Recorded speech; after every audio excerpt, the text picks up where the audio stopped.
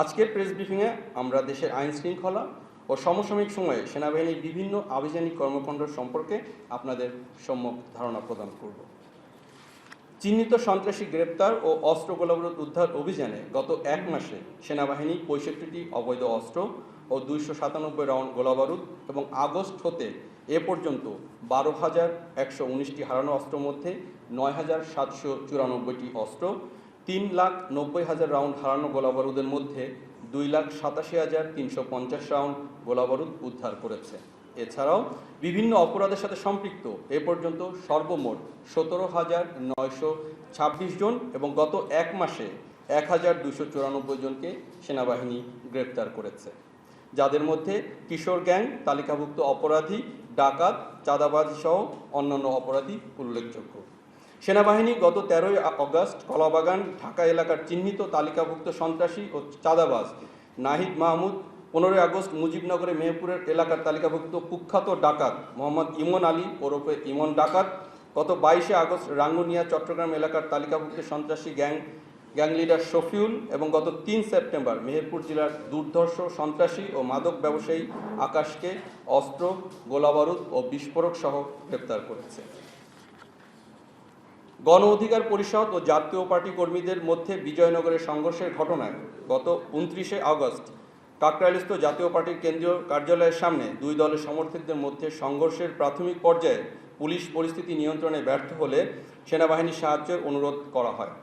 সেনাবাহিনী উক্ত স্থানে পৌঁছানোর পর উত্তেজিত নেতাকর্মীদের নাশকতামূলক কর্মকাণ্ড পরিহার করতে বারংবার অনুরোধ জানায় এবং পরিস্থিতি কিছুটা নিয়ন্ত্রণে নিয়ে আসে। পরবর্তীতে বিশৃঙ্খলাকারীরা মশাল, লাঠি ও ইটপাটকেল নিয়ে অবস্থান গ্রহণ করে পুনরায় সহিংসতা শুরু করে। তারা একাধিক স্থানে অগ্নিসংযোগ করে এবং সেনাবাহিনী ও পুলিশ সদস্যদের লক্ষ্য করে ইটপাটকেল নিক্ষেপ করে। এতে সেনাবাহিনীর ৫ জন সদস্য, পুলিশের ৬ জন সদস্য গুরুতর আহত হয়। উক্ত ঘটনায় সেনাবাহিনীর একটি পিকআপের উইন্ডশিল্ড ক্ষতিগ্রস্ত হয়। পরবর্তীতে রাত আনুমানিক ৯:৩০টায় আইনশৃঙ্খলা রক্ষাকারী বাহিনী পরিস্থিতি নিয়ন্ত্রণে আনতে সক্ষম হয়। চট্টগ্রাম বিশ্ববিদ্যালয়ের শিক্ষার্থী ও স্থানীয় গ্রামবাসীদের মধ্যে গত ৩১শে আগস্ট রাত আনুমানিক ৯:৩০টায় চট্টগ্রাম বিশ্ববিদ্যালয়ের ২ নম্বর গেটের সন্নিকটে বিশ্ববিদ্যালয়ের একজন ছাত্রীর রাতে ভাড়া বাসায় গমনকে কেন্দ্র করে নিরাপত্তা প্রহরীর সঙ্গে উত্তেজনা দেখা দেয়। উক্ত খবর ছড়িয়ে পড়লে শিক্ষার্থী ও স্থানীয় গ্রামবাসীর মধ্যে দফায় দফায় সংঘর্ষ শুরু হয়। আইনশৃঙ্খলা রক্ষাকারী বাহিনী পরিস্থিতি নিয়ন্ত্রণের চেষ্টা করে ব্যর্থ হয় এবং সংঘর্ষ চলাকালে পুলিশের ৩টি গাড়ি ভাঙচুর করা সহ কিছু পুলিশ সদস্যের উপর হামলা চালানো হয়। পরবর্তীতে পরিস্থিতির গুরুত্ব বিবেচনায় রাত আনুমানিক ৩টায় সেনাবাহিনী ও অন্যান্য আইনশৃঙ্খলা রক্ষাকারী বাহিনীর সদস্যগণ একত্রে পরিস্থিতি নিয়ন্ত্রণে আনেন। এভারগ্রিন কোম্পানি নীলফামারী উত্তরা ইপিজেডে গত ২ সেপ্টেম্বর সকাল ৮:৩০টায় এভারগ্রিন কোম্পানির শ্রমিকদের বকেয়া বেতন ও অবৈধ শ্রমিক ছাঁটাইয়ের কারণে উত্তেজনা দেখা দিলে উত্তেজিত শ্রমিকরা মূল গেটের সামনে অবস্থান নিয়ে বিশৃঙ্খলা সৃষ্টি করে। এক পর্যায়ে তারা কর্তব্যরত পুলিশের উপর ইটপাটকেল ও লাঠি দিয়ে হামলা চালিয়ে কিছু সদস্যদের মারাত্মক আহত করে এবং একজন সদস্যের অস্ত্র ও গোলাবারুদ ছিনিয়ে নেয়। পুলিশ পরিস্থিতি নিয়ন্ত্রণে ব্যর্থ হলে সেনাবাহিনী ও পুলিশ একত্রে পরিস্থিতি নিয়ন্ত্রণ করে। উক্ত ঘটনায় অনেক পুলিশ সদস্য সহ ৬ জন সেনা সদস্য আহত হয়, যার মধ্যে একজন সেনা সদস্য বর্তমানে আইসিইউতে চিকিৎসাধীন রয়েছে। মাদকের বিরুদ্ধে অভিযানে গত এক মাসে সেনাবাহিনী খিলগাঁও, কাফরুল, কলাবাগান, নাখালপাড়া, যশোর, মুন্সিগঞ্জ, গাজীপুর, হবিগঞ্জ, ময়মনসিংহের বিভিন্ন স্থানে সফল অভিযান পরিচালনা করে ৩৭৮ জন মাদক ব্যবসায়ী এবং গত আগস্ট হতে এ পর্যন্ত মাদকের সাথে সংশ্লিষ্ট সর্বমোট ৫,৯৫৪ জনকে গ্রেপ্তার করেছে। চোরাচালান প্রতিরোধে সেনাবাহিনী গত ৩, ৬ ও ২৭ আগস্ট সিলেট ও সুনামগঞ্জ জেলার বিভিন্ন স্থানে চোরা কারবারিদের বিরুদ্ধে অভিযান পরিচালনা করে ২,১৯,০০,০০০ টাকার বিভিন্ন পণ্য জব্দ করে। হাসপাতাল এলাকায় দালাল চক্র দমনে গত ২৬শে আগস্ট মহাখালী ক্যান্সার হাসপাতালে অভিযান পরিচালনা করে জনসাধারণের নিকট বিভিন্ন অনিয়ম করে অতিরিক্ত অর্থ নেওয়ার অভিযোগে দালাল চক্রের মূল হোতাসহ ৬২ জন দালালকে আটক করা হয়। ভেজাল প্রসাধনী সামগ্রী উৎপাদনকারী প্রতিষ্ঠান ও কারখানায় বিশেষ অভিযান পরিচালনার অংশ হিসেবে গত ১৭ই আগস্ট শ্রীনগর, মুন্সিগঞ্জে ভেজাল প্রসাধনী সামগ্রী উৎপাদনের সাথে জড়িত প্রতিষ্ঠানকে সাময়িকভাবে বন্ধ করা হয় এবং প্রতিষ্ঠানটির সঙ্গে সংশ্লিষ্ট অপরাধীদের গ্রেপ্তার করে পুলিশের নিকট হস্তান্তর করা হয়। অবৈধভাবে নদী হতে বালু উত্তোলন প্রতিরোধে বাংলাদেশ সেনাবাহিনী অভিযানের অংশ হিসেবে গত 1 মাসে মানিকগঞ্জ জেলার অবৈধ বালু উত্তোলনের অভিযোগে 9টি ড্রেজার মেশিন জব্দ করা হয় এবং এর সাথে সংশ্লিষ্ট 4 জনকে গ্রেফতার করা হয়। অগ্নিকাণ্ডে ফায়ার সার্ভিস ও সিভিল ডিফেন্সকে সহায়তা প্রদানের অংশ হিসেবে গত 1 মাসে সাভার, আশুলিয়া একটি জুট গোডাউন, নীলিমা ফ্যাক্টরি, মানিকগঞ্জে অগ্নিকাণ্ডের ঘটনায় বাংলাদেশ সেনাবাহিনী ফায়ার সার্ভিসের সাথে সমন্বিতভাবে দ্রুততম সময়ে আগুন নিয়ন্ত্রণ ও ক্ষয়ক্ষতি হ্রাসে কার্যকরী ভূমিকা রেখেছে, যার ফলে মানুষের জানমালের ক্ষয়ক্ষতির মাত্রা অনেকাংশে হ্রাস করা সম্ভব হয়েছে। জুলাই অভ্যুত্থানে আহতদের সুচিকিৎসা প্রদানে সেনাবাহিনী অদ্যাবধি 5056 জনকে দেশের বিভিন্ন সিএমএইচে চিকিৎসা ব্যবস্থা দিয়েছে, যার মধ্যে ঢাকা সিএমএইচে এখনও 35 জন চিকিৎসাধীন রয়েছে। বাংলাদেশ সেনাবাহিনী সদস্যগণ গত 16 আগস্ট তারিখে ঢাকাসহ দেশের বিভিন্ন স্থানে জন্মাষ্টমী উৎসব সুন্দর ও নিরাপত্তার সাথে সম্পন্নের জন্য দায়িত্ব পালন করেছে। সেনাবাহিনী দেশের সাম্প্রদায়িক সম্প্রীতি বজায় রাখা সহ বিদেশি কূটনৈতিক ব্যক্তি ও দূতাবাসগুলোর সামগ্রিক নিরাপত্তা নিশ্চিতের কাজে নিয়োজিত রয়েছে। বিগত 1 মাসে পার্বত্য চট্টগ্রামে মোট 8টি গোয়েন্দা তথ্য নির্ভর অভিযান পরিচালনা করা হয়। উক্ত অভিযানে মোট 18টি আগ্নেয়াস্ত্র, 61 রাউন্ড অ্যামিউনিশন ও মাদকসহ অন্যান্য সরঞ্জামাদি উদ্ধার করা হয়। অভিযানগুলোতে মোট 37 জন সন্ত্রাসীকে গ্রেপ্তার করা হয়। এর মধ্যে 17 জন জেএসএস, 2 জন ইপিডিএফ, 1 জন এমএপি সদস্য এবং 4 জন মাদক ব্যবসায়ী, 2 জন মানব পাচারকারী এবং 11 জন বিভিন্ন অপরাধের সঙ্গে জড়িত ছিল। উল্লেখ্য যে গত 15 আগস্ট খাগড়াছড়ি রিজিয়নের আওতাধীন শান্তিনগর এলাকায় এমএলপির বিরুদ্ধে একটি অভিযানে মোট 8টি আগ্নেয়াস্ত্র, 44 রাউন্ড অ্যামিউনিশন এবং অন্যান্য সরঞ্জামাদি উদ্ধার করা হয়। এছাড়াও সেনাবাহিনী গত 25 জুলাই থেকে 26 আগস্ট পর্যন্ত দীর্ঘ 1 মাস ব্যাপী বান্দরবান রুমা জেলার দুর্গম এলাকায় বিশেষ অভিযান পরিচালনা করে কেএনএর একটি সুরক্ষিত প্রশিক্ষণ ঘাঁটি চিহ্নিত ও ধ্বংস করে এবং অভিযানকালে তাদের প্রশিক্ষণের জন্য ব্যবহৃত বিভিন্ন সামরিক সরঞ্জামাদি উদ্ধার করা হয়। বাংলাদেশ মায়ানমার সীমান্ত এবং এফডিএমএন ক্যাম্পে বিগত 1 মাসে প্রায় 700 থেকে 750 জন রোহিঙ্গা বাংলাদেশে প্রবেশ করে বিভিন্ন এফডিএমএন ক্যাম্পে আশ্রয় নিয়েছে। এছাড়াও আইনশৃঙ্খলা বাহিনী অভিযান পরিচালনা করে 9,12,000 পিস ইয়াবা, 1 কেজি ক্রিস্টাল আইস এবং 17 লক্ষ টাকা মূল্যের সিগারেট, পোশাক, খাবার, কসমেটিক সহ অন্যান্য সামগ্রী জব্দ করে। যৌথ বাহিনী উল্লেখিত সময়ে এফডিএমএন ক্যাম্পে এবং আশেপাশে এলাকায় অভিযান চালিয়ে 9টি আগ্নেয়াস্ত্র, 529 রাউন্ড গোলাবারুদ ও বিভিন্ন সামরিক সরঞ্জামাদি উদ্ধার করে।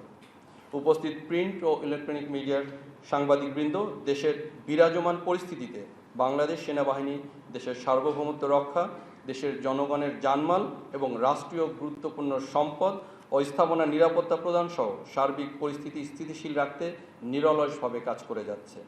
সম্মানিত সেনাবাহিনী প্রধানের দিক নির্দেশনাকে অনুসরণ করে সেনা সদস্যরা আইন শৃঙ্খলা রক্ষায় অন্তর্বর্তীকালীন সরকারের সংশ্লিষ্ট মন্ত্রণালয়, আইন শৃঙ্খলা রক্ষাকারী বাহিনী, স্থানীয় প্রশাসন, গণমাধ্যম এবং সাধারণ জনগণের সাথে সম্পৃক্ত হয়ে সার্বক্ষণিক সক্রিয়ভাবে দায়িত্ব পালন করছে। সাধারণ জনগণের নিরাপত্তা ও দুর্ভোগ লাঘবে সেনাবাহিনী সর্বদা প্রতিশ্রুতিবদ্ধ। বাংলাদেশ সেনাবাহিনী একতাবদ্ধ হয়ে সর্বদা দেশের জনসাধারণের পাশে থেকে দেশের সার্বিক আইন শৃঙ্খলা নিয়ন্ত্রণ ও সার্বভৌমত্ব রক্ষার্থে বদ্ধপরিকর।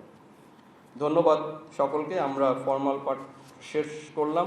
এখন যদি আপনাদের কোনো প্রশ্ন থাকে, আমি শিওর যে আপনাদের প্রশ্ন আছে।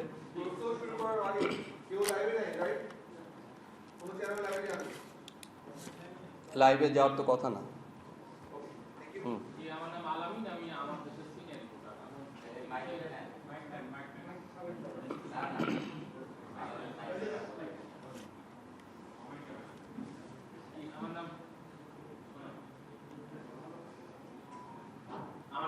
আমি আমার সিনিয়র রিপোর্টার। আমি দুটি বিষয়ে জানতে চাই। মানে একটি বিষয়ে জানতে চাই, দুটি পার্ট। একটি আগামীকালকে ডাকসু নির্বাচন এবং এই ডাকসু নির্বাচনকে কেন্দ্র করে সাইবার জগতে একটা বড় ধরনের একটা বুলিং, মানে ভোট চিন্তায় হবে বা প্ল্যান পেপার চিন্তায় হবে, এরকম একটা বুলিং। এই সাইবার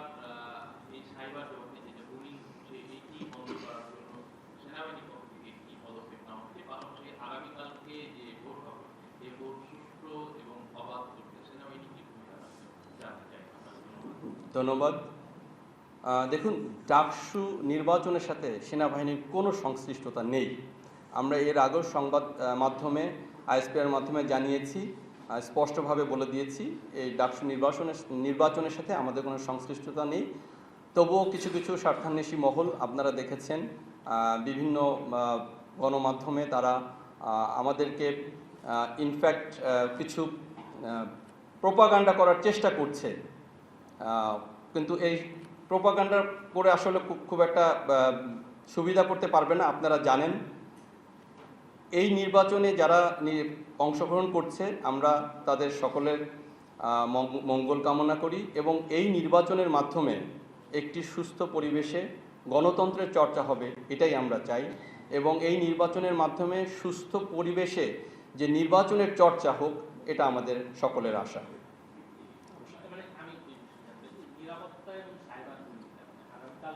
জি,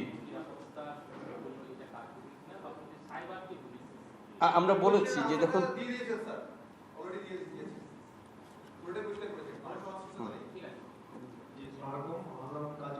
আমি বাংলাদেশ পুলিশ অধিকার আমার দুটি কোশ্চেন। এক হচ্ছে প্রধান উপদেষ্টা বা গভর্নমেন্ট থেকে বলা হয়েছে যে আগামী ফেব্রুয়ারিতে নির্বাচন, সো আপনারা নির্বাচনী প্রস্তুতির কোনো বার্তা পেয়েছেন কিনা?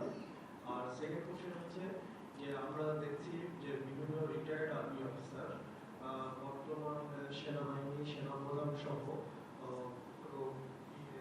আমাদের সেনাবাহিনীকে নিয়ে নানা রকম প্রচারণা চালাচ্ছে সামাজিক যোগাযোগ মাধ্যমে। এই বিষয়টিকে আপনারা কিভাবে দেখছেন? আপনার প্রশ্নের প্রথম অংশটি ছিল আপনার ইলেকশন কমিশন। আমরা জেনেছি যে সেনাবাহিনীকে সম্পৃক্ত করা হবে। এখন পর্যন্ত ইলেকশন কমিশন থেকে আমরা কোনো ফর্মাল কোনো নির্দেশনা পাইনি, বাট আমাদের মধ্যে একটা প্রস্তুতি অবশ্যই রয়েছে।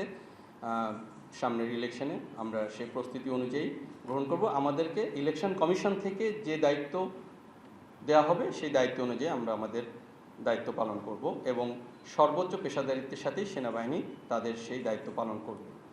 পরবর্তীতে আপনি পরবর্তী অংশে যেটি বলেছেন যে কিছু রিটায়ার্ড অফিসার, দেখুন এটা আসলে একটি অত্যন্ত অপ্রত্যাশিত এবং অনাকাঙ্ক্ষিত একটি বিষয়। তো আপনারা বুঝতে পেরেছেন আসলে কে কী উদ্দেশ্যে এই প্রোপাগান্ডা বা মিস ইনফরমেশন ডিসইনফরমেশন বিভিন্ন সোশ্যাল মিডিয়াতে দিচ্ছে। তো সেটার অ্যাকচুয়ালি আপনারাই ভালো বুঝতে পারেন এবং এটার দায়ভার আমি আপনাদেরকেই দিলাম। আপনারা বুঝতে পারেন যে কে কতটুকু বস্তুনিষ্ঠ সংবাদ সোশ্যাল মিডিয়াতে প্রচার করছে। ধন্যবাদ।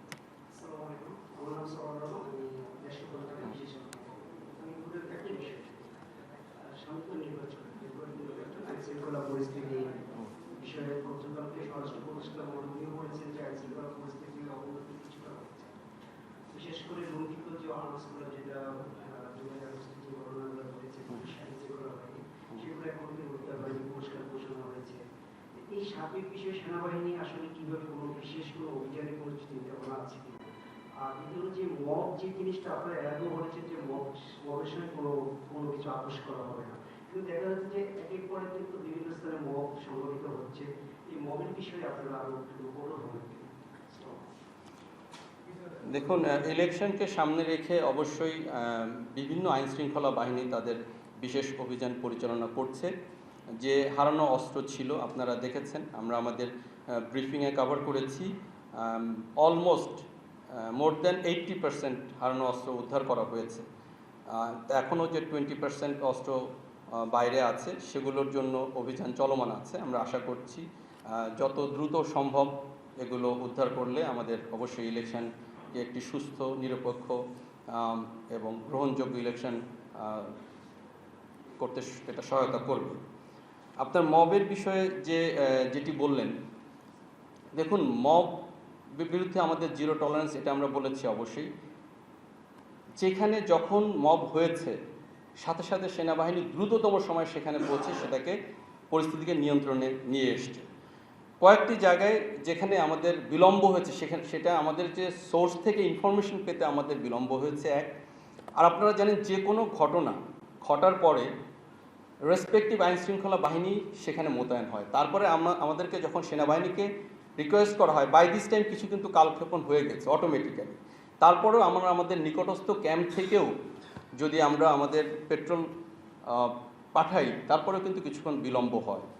এই সময়ের মধ্যে আসলে কোনো ঘটনা যদি ঘটে যায়, সেটার দায়ভার আইনশৃঙ্খলা বাহিনী নিতে পারে না। বাট এমন একটু উদাহরণও দেখাতে পারবেন না যেখানে আমাদেরকে রিকোয়েস্ট করা হয়েছে বাট আমরা যাইনি, বা সেনাবাহিনীর সামনে মব হয়েছে, সেনাবাহিনী কোনো অ্যাকশান নেয়নি, এরকম কোনো ঘটনা এখন পর্যন্ত ঘটেনি। তো আমাদের উপর আস্থা রাখেন, আমরা চেষ্টা করে যাচ্ছি, ইনশাল্লাহ সামনের দিনগুলোতে এ ধরনের ঘটনা আরও কমে আসবে। ধন্যবাদ।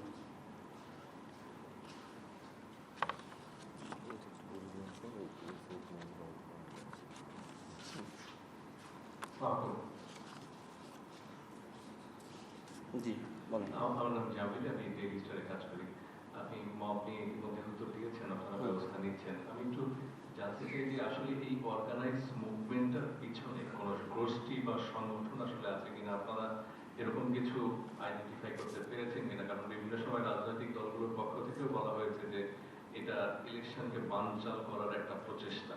এই বিষয়ে যদি একটু বলেন। আর পাশাপাশি আরেকটি বিষয় জানতে চাই যে সোশ্যাল মিডিয়াতে গুম কমিশনে সেনা কর্মকর্তাদের বিচার নিয়ে বিভিন্ন সময় বিভিন্ন মন্তব্য দেখা যাচ্ছে। আসলে গুম কমিশন নিয়ে আপনাদের অবস্থানটা কি? আপনাদের পক্ষ থেকে এই গুম কমিশনকে সহায়তা কি ধরনের সহায়তা প্রদান করা হচ্ছে? আপনার প্রশ্নের দ্বিতীয় অংশের উত্তর আমি আগে দিচ্ছি। দেখুন, গুম কমিশনের বিষয় নিয়ে যে গুজব, সেটা আসলে গুজব। কেননা গুম কমিশনের জন্য, ইনভেস্টিগেশনের জন্য আমাদের যাদেরকে ডাকা হয়েছে সবাই গুম কমিশনের সাথে কথা বলেছে, সর্বাত্মক সহযোগিতা করেছে এবং এখনও সহযোগিতা করে যাচ্ছে। ভবিষ্যতেও যদি কোনো সহযোগিতা দরকার হয়, বাংলাদেশ সেনাবাহিনী সে সহযোগিতা করে যাবে। এই বিষয়ে কোনো কিছু যদি আপনারা শুনে থাকেন, সেটা রিয়েলি গুজব। আর আপনি যে প্রথম যেটা বলেছেন যে আপনার এই এতগুলো ঘটনার পেছনে কারা দায়ী, আসলে এইটা আমাদের আজকের যে আইন শৃঙ্খলা সংক্রান্ত প্রেস ব্রিফিংয়ের আওতার বাইরে পড়ে যায়। তো আমি আন্তরিকভাবে দুঃখিত, প্রশ্নটি নিতে পারছি না। ধন্যবাদ। জি, নেক্সট কোশ্চেন। জি, আমার দুটো প্রশ্ন। একটা হলো সীমান্তে আরাকানার উৎপাদ বেড়েছে এবং তারা চোরাচালানির সঙ্গেও বিভিন্নভাবে জড়িত। সম্প্রতি দেখেছে যে কোস্টগার্ড একটি অভিযান চালিয়েছে, সেখানে মানে বাংলাদেশ থেকে সার যাচ্ছে এবং আমার আমি বাংলাদেশ থেকে সার মানে যে কৃষি পণ্য, যেগুলো কৃষি পণ্য সেগুলো যাচ্ছে মায়ানমারে। তো একটা চালান ধরেছিল মানে কোস্টগার্ড। তো এই ধরনের চোরাচালান যেমন বাড়ছে, আবার আরাকানার উৎপাদও ওখানে বেড়েছে, সন্ত্রাসী কার্যক্রম। এবং আমাদের জেলেদেরকে তারা ধরে নিয়ে যাচ্ছে, সেখানে নিয়ে তারা বিভিন্ন ধরনের প্রশ্ন করছে আমাদের আইন শৃঙ্খলা বাহিনী। সেক্ষেত্রে আপনাদের ভূমিকা কি? আর দ্বিতীয়ত হলো মানে বর্তমানে আমরা যেটা দেখতে পাচ্ছি, যেহেতু সেনাবাহিনী মাঠে আছেন, সেক্ষেত্রে আওয়ামী লীগের যে জটিকা মিছিলগুলো আগের তুলনায় অনেক বেড়েছে এবং তারা আরো মানে বেশি সংখ্যক লোক নিয়ে তারা মানে জটিকা মিছিলে অংশগ্রহণ করছে। সেক্ষেত্রে সামনে নির্বাচন এবং নির্বাচনকে বানচাল করার জন্য বিভিন্নভাবে ষড়যন্ত্র চলছে। সেক্ষেত্রে যদি কোনো অনাকাঙ্ক্ষিত ঘটনা ঘটে, সেক্ষেত্রে মানে আগেই আপনাদের অনুমোদিত হচ্ছে কিনা আপনার বলতে পারেন। জি, আপনার প্রশ্নের প্রথম অংশে ছিল সীমান্তে আরাকানদের যে দৌরত্ব বেড়েছে। এখন সীমান্ত যে সংস্থাগুলো কাজ করে, বর্ডার গার্ড বাংলাদেশ, কোস্টগার্ড, তারা এই বিষয়গুলো নিয়ে কাজ করছে এবং তারা এই বিষয়ে সজাগ আছে, সোচ্চার আছে, তাদের পেট্রোল চলমান আছে।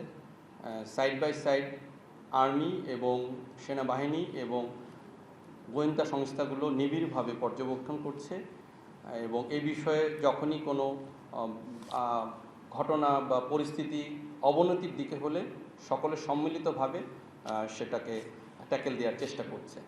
তো আমরা আশা করছি ভবিষ্যতে অবশ্যই এই ঘটনাগুলো, যে আপনারা বলেছেন জেলেদেরকে ধরে নিয়ে যাওয়া, তাদেরকে বিভিন্ন কোশ্চেন করা, এই বিষয়গুলো নিয়ে আমরা অবশ্যই মনিটর করছি এবং এ বিষয়ে আমাদের গোয়েন্দা সংস্থাগুলো কাজ করছে। আপনার প্রশ্নের যে দ্বিতীয় অংশ ছিল ঝটিকা মিছিল।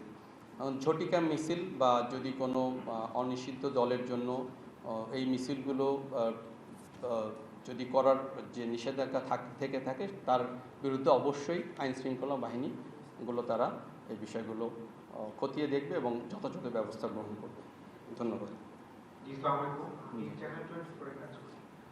তো আমরা দেখেছি গত 1 বছরের বেশি সময় ধরে সেনাবাহিনী মাঠে যেভাবে কাটছে, তারপরও আইন শৃঙ্খলা পরিস্থিতি যদি বলি, এটা কিন্তু দিনে দিনে অবনতির দিকে যাচ্ছে। সম্প্রতি 1 সপ্তাহের ঘটনা যদি আপনি দেখেন, নৃশংসভাবে কয়েকটি হত্যাকাণ্ড হয়েছে।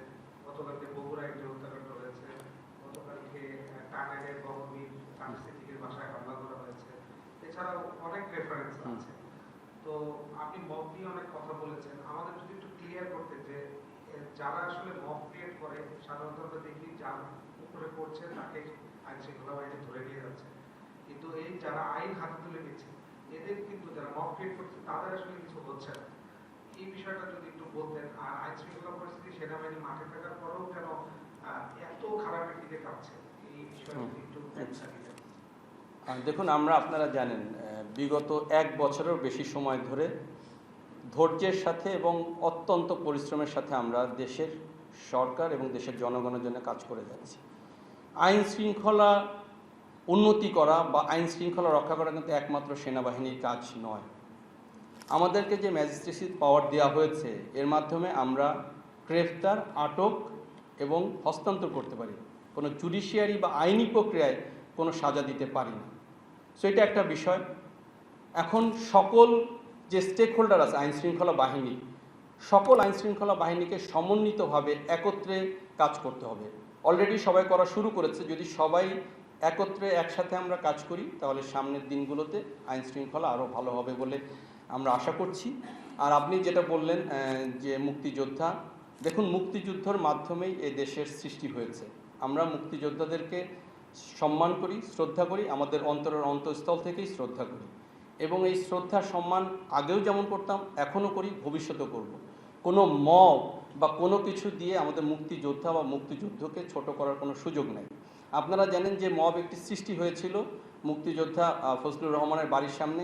এটা আমরা যখন মেসেজ পেয়েছি, সাথে সাথে সেইখানে আমাদের দায়িত্বপ্রাপ্ত ইউনিট ওখানে উপস্থিত হয়ে সেই সিচুয়েশনটাকে, পরিস্থিতিটাকে নিয়ন্ত্রণ করেছে।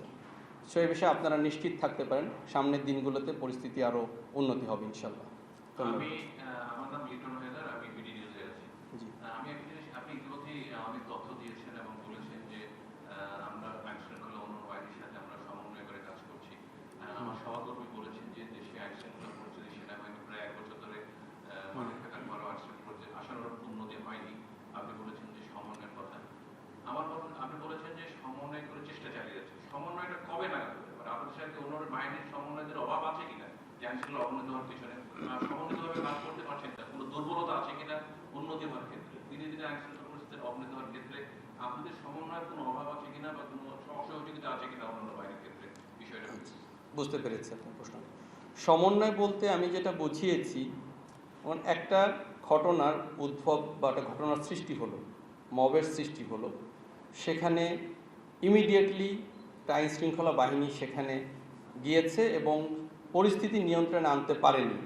তাহলে পরবর্তীতে সেনাবাহিনীকে রিকোয়েস্ট করার যে বিষয়টা সেইখানে যদি একটু বিলম্ব হয় বা আমরা যদি একটু পরে সংবাদটা পাই, তাহলে দেখেন সেনাবাহিনী ওখানে পৌঁছাতে হয়তো অনেক খারাপ ঘটনার উদ্ভব হয়ে যেতে পারে।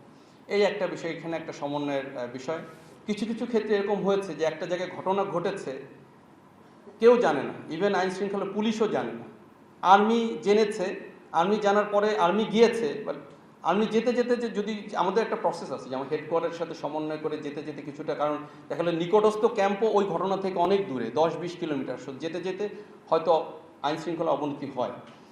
আপনারা এটাও জানেন যে মোহাম্মদপুরে একটা মব যখন সৃষ্টি হয়েছিল, ওইখানে পাশ দিয়ে আমাদের একটা পেট্রোল যাচ্ছিল, সেই পেট্রোলের উপস্থিতিতে ওইখানে 2 জন মানুষ প্রাণে বেঁচে গিয়েছে। তো আমরা যেখানে যতটুকু সম্ভব আমরা চেষ্টা করছি যে আইন শৃঙ্খলাটাকে উন্নতি করার জন্য। আসলে এভরি ডোর স্টেপে তো থাকা সম্ভব না, আপনারা জানেন আমাদের লিমিটেশন আছে। আমরা প্রত্যেক কিলোমিটারে আমাদের ক্যাম্প স্থাপন করা সম্ভব না।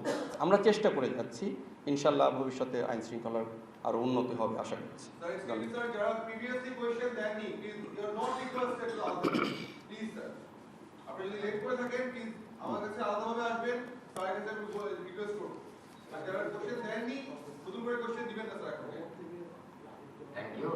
আমি জামিউল আহসান। এইখানে একটা প্রশ্ন আছে, জীবন।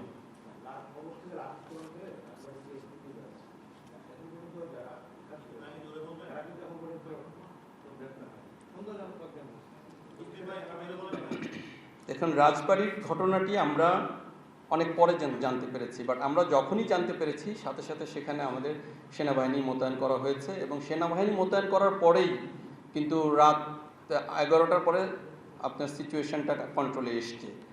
তো এখানে পুলিশ কাজ করছে, যারা যারা সাথে জড়িত ছিল তাদেরকে গ্রেপ্তার করার জন্য পুলিশ এবং সেনাবাহিনী তৎপর আছে।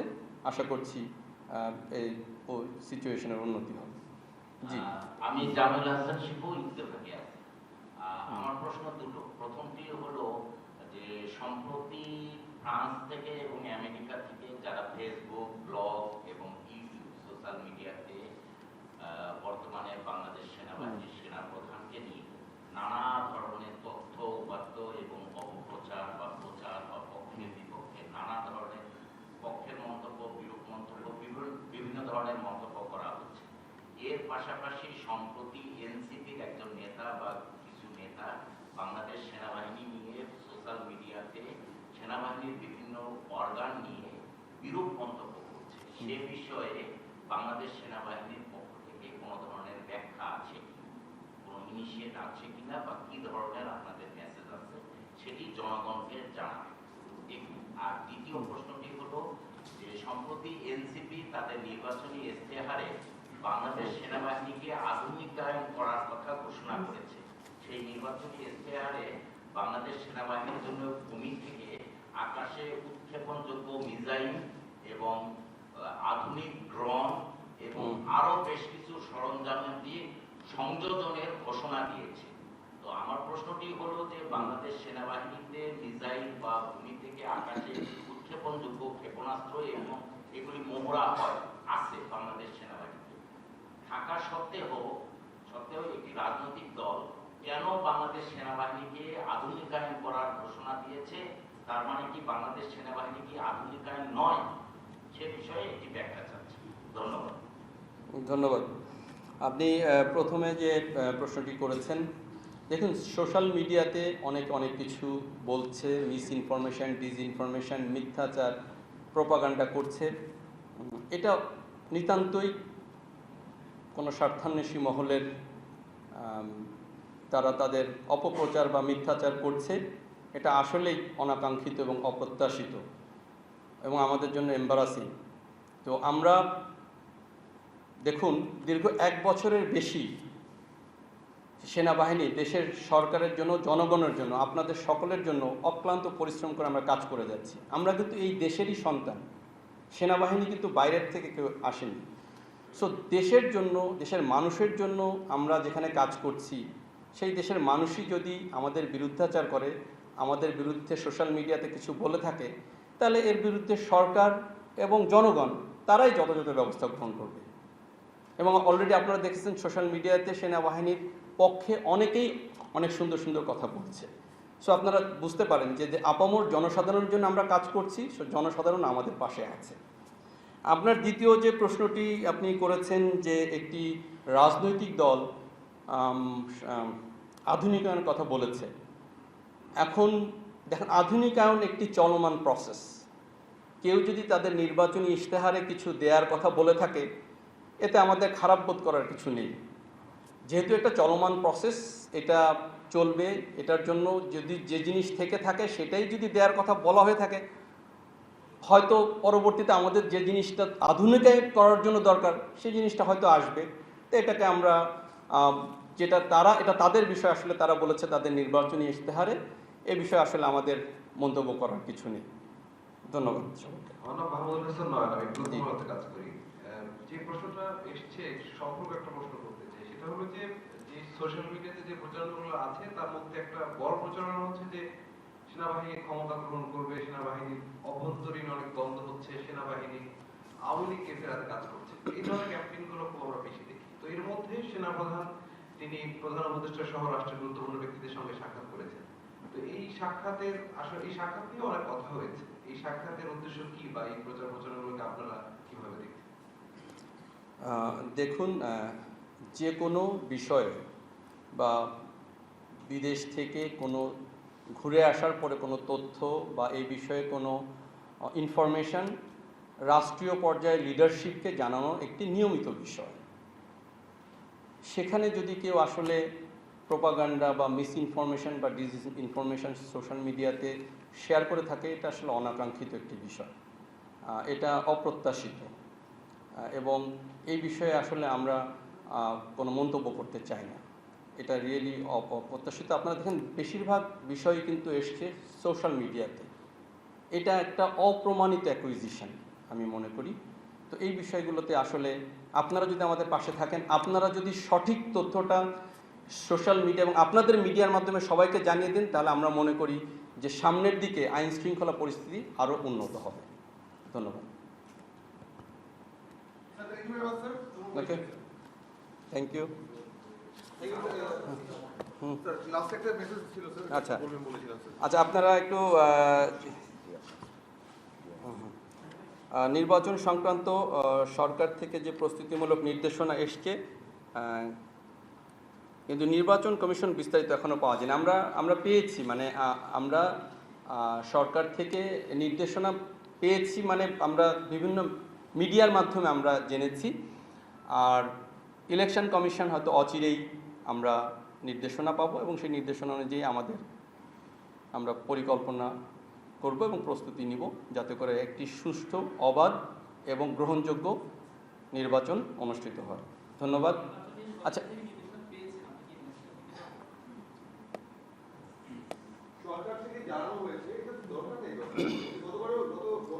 সরকার থেকে জানানো হয়েছে, আপনারা তো প্রেসে পেয়েছেন, আপনারাই তো আপনাদের বিভিন্ন মিডিয়াতে বলেছেন।